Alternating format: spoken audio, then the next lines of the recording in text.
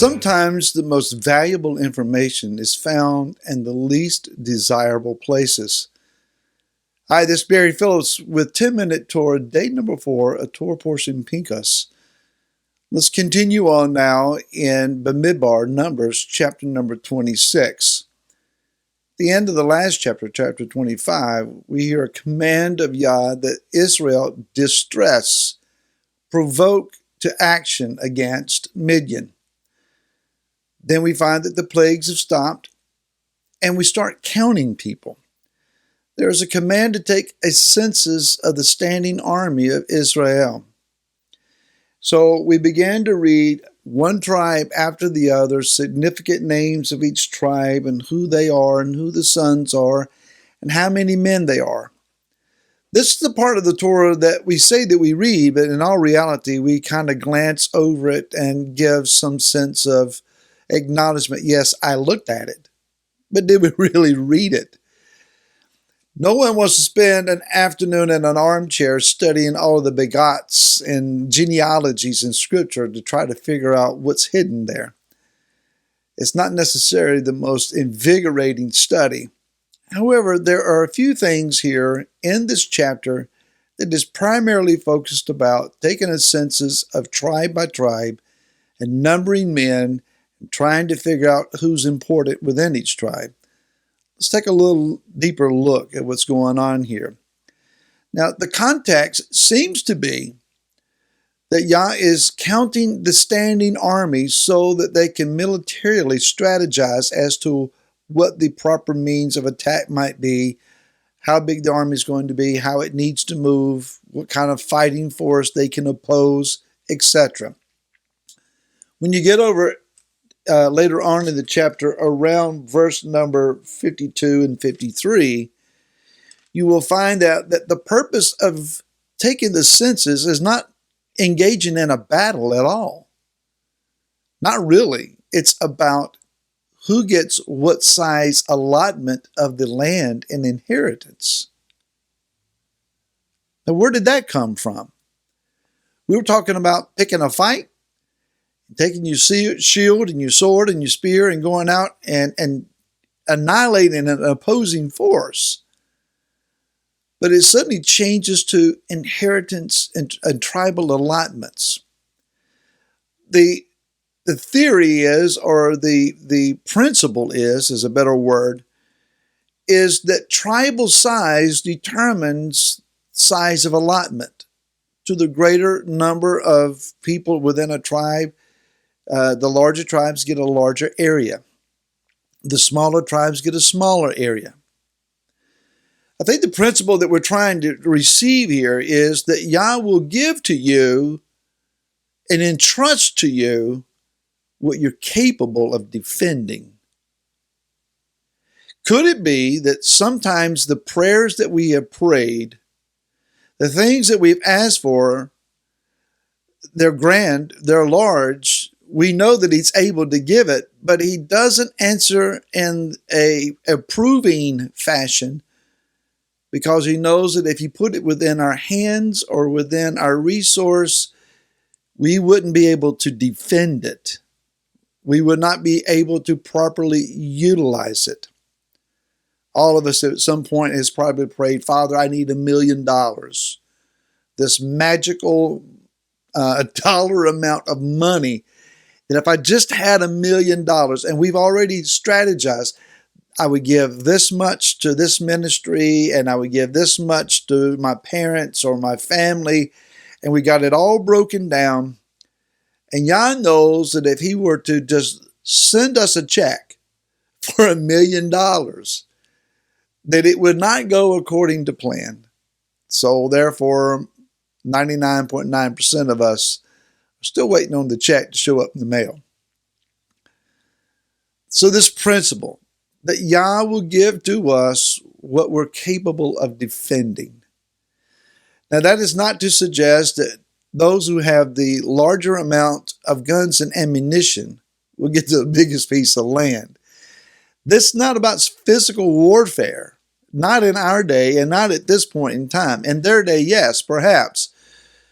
But in our situation, Yah is not looking to put his favor and blessing on those who have a 50 cal hanging around and a room full of ammunition boxes.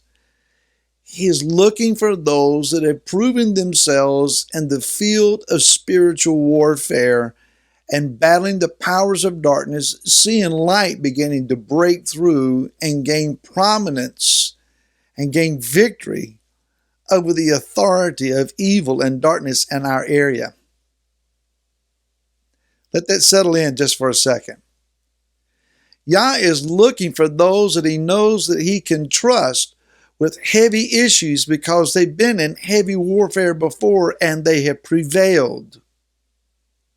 Prevailing once, you may be able to remember that life episode where it got rough. Things were hard and you buckled down and you prayed and you persevered and you fasted and you organized a prayer effort and you made things happen and the Father brought you victory. And we look back on that and say, well, see, I proved I could do it. But are we willing to walk in it? Are we willing to live in it? Yah is looking for those who know how to use what he will entrust to them. Let's go a little bit further. The census gives us some vital information. When the first census was taken, the tribe of Shimeon had 59,300 men. With this last census, they're down to 22,200. That's a great loss of 37,100 men. 37,000 gone. What happened to them?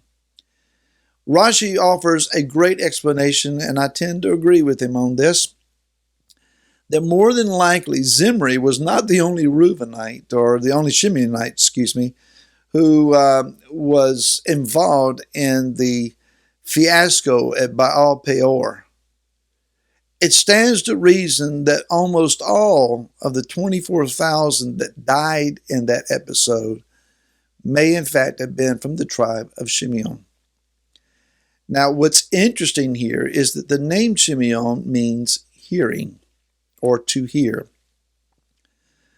With a loss of 37,100 men whose calling was to hear, there is now a great loss of spiritual discernment in the camp of Israel. Each tribe plays their part, each has their role, each has their significance. Now the hearing is greatly depleted. That's very interesting. Now let's also go back to the understanding of Shimeon and Levi being separated in the prophetic word of Yaakov. Yaakov knew that Shimeon was a passionate hothead who would oftentimes find himself not walking according to discernment, not walking according to wisdom, but unbridled emotion, fury, and rage. And so he separated him from the one that has priestly function, that is Levi, so that the whole nation is not wiped out by a priesthood fueled by Shimeon's energies and executing wrath upon Yah's people. So perhaps then we can understand that these two tribes were necessarily sent in two different directions. When the prophecy is given over Levi, it's a beautiful prophecy. It's an enduring prophecy. He is the one who attaches Israel to Yeshua, to Yahweh.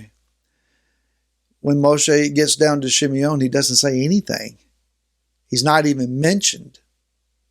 He's faded into insignificance because of his passion. You and I, in these days, cannot afford to allow ourselves to become passionate, angry hotheads, filled with emotion and driven by the rage of those that are around us in our communities. But rather, we must be leaders who will walk toward righteousness. I don't know about you. Well, I do know about you. You're the same as I. You want to enter in the land. You want your inheritance. You want your significance and your strategic placement.